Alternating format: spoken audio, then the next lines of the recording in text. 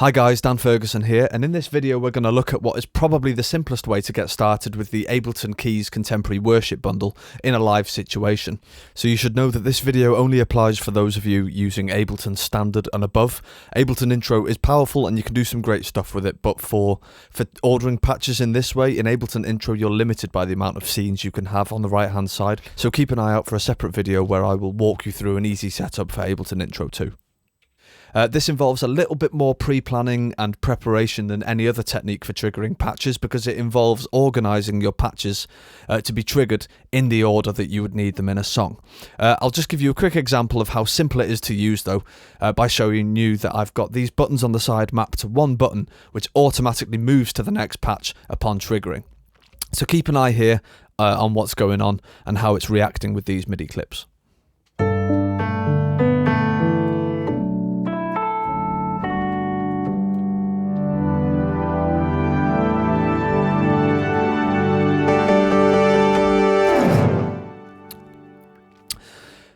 So you can see clearly just how easy it is to use, and there's also practically no space for error provided you've got things organised in the right way, because there's only ever one button. I've actually got these two buttons mapped as well so we can move up and down between the ones that are in focus, and then the play button obviously triggers them that way too. But again, you shouldn't really need to use those if it's organised in the right way. Now I'm just going to walk you through how to create arrangements for songs like this. It's really straightforward, so don't worry if this looks a little bit unfamiliar to you. Now what I've done is at the bottom of the page I've put all of these presets that were included in the download originally. This will look a lot more familiar to you guys because this is what you'll see when you first open the project. The reason I've moved them down to the bottom is to make sure that there's a secure backup somewhere of all the sounds despite what's going on up here, so we know we've always got a core backup of all the sounds that were originally included in the download. I actually recommend that most of you, when you're creating a new set like this, you go to File and do Save Live Set As and create it as a completely separate project, so you've definitely got a pure backup of all these sounds completely untouched. If you go to File and Save Live Set As, maybe Sunday morning worship set and then the name of your church, whatever helps you understand and keep it organised. But that way you've definitely got this contemporary worship bundle left untouched permanently in case you make any changes that you can't undo yourself. Okay, let's just jump straight in and make song 2. So all we need to do is right click a blank section here and call it song 2. It's really important to make sure you name these properly so it's easy for you to keep track of later down the line. Let's go ahead. I'm just going to add 3 sections here to keep it really quick. Verse, chorus and bridge. Now I'm going to click this, hold shift and click on song 2. And I'm going to colour these purple just so it's easier on the eyes. Just so it's easier to see what's going on if you quickly look at the screen when you're actually playing live. Now it's simply a case of dragging the patches that we need onto the relevant channels for the relevant sections. So let's assume that the verse of song 2 needs just a Rhodes. We're going to right click this, copy, click on the verse, paste it into the right section.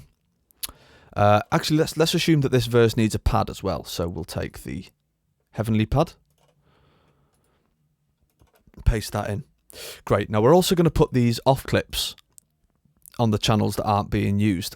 This serves a number of functions.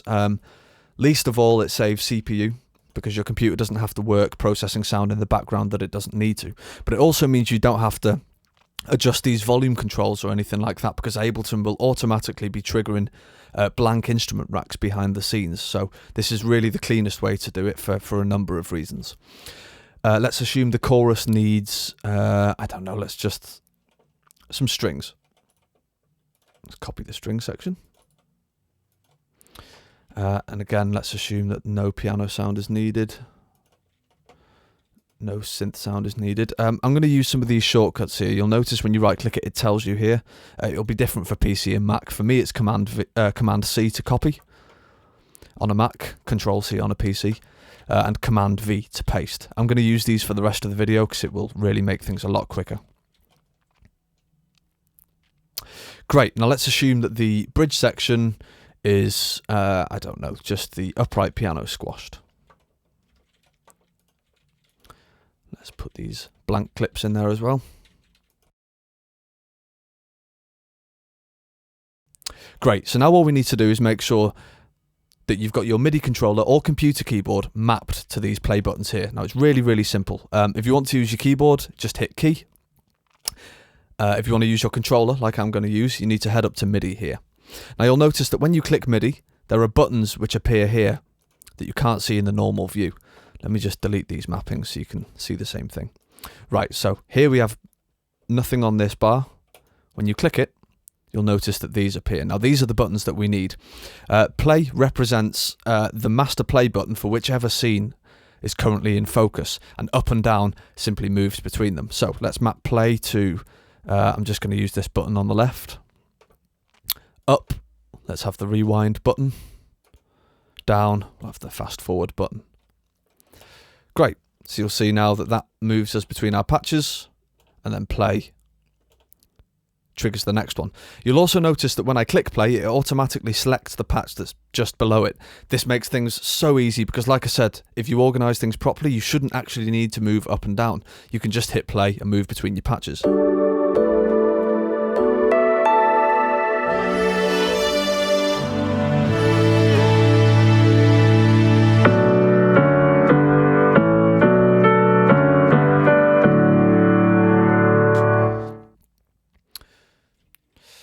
Now, for some reason, you may want to leave the arrangement that you've got pre-mapped. So this is why I've got what I like to call panic buttons at the top, which just automatically loads some essential sounds that you can just jump to if you really need to. Now, again, you could map these to any buttons on your keyboard. I'm going to just use the last three here because I've got them available on my MIDI controller. So let's just go to MIDI. Obviously, the more buttons you have, the more panic buttons you will be able to use. But I think the beauty of the panic button is there's only a few of them, and it's really simple. So let's just go for a piano and pad, and just an E piano. Let's keep it in the same order. So now, if we are making our way through a song, and for some reason, I realise that I need to jump to just a plain piano sound, I can just hit that button and it will trigger along here the change.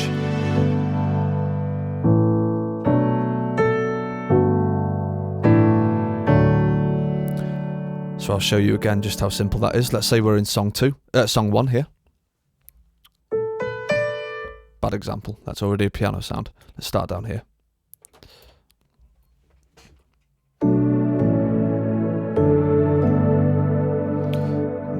Now we're into the chorus. But let's say the worship leader all of a sudden wants to move to a more intimate section and needs a piano and a pad, which isn't currently loaded next.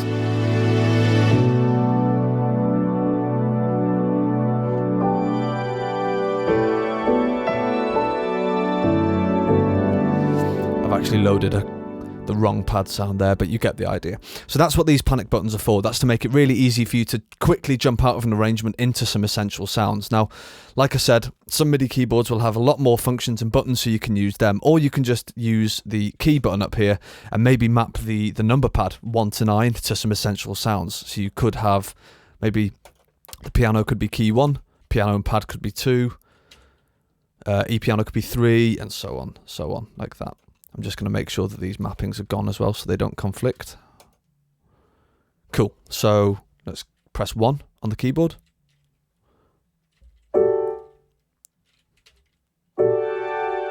3, 4, 5.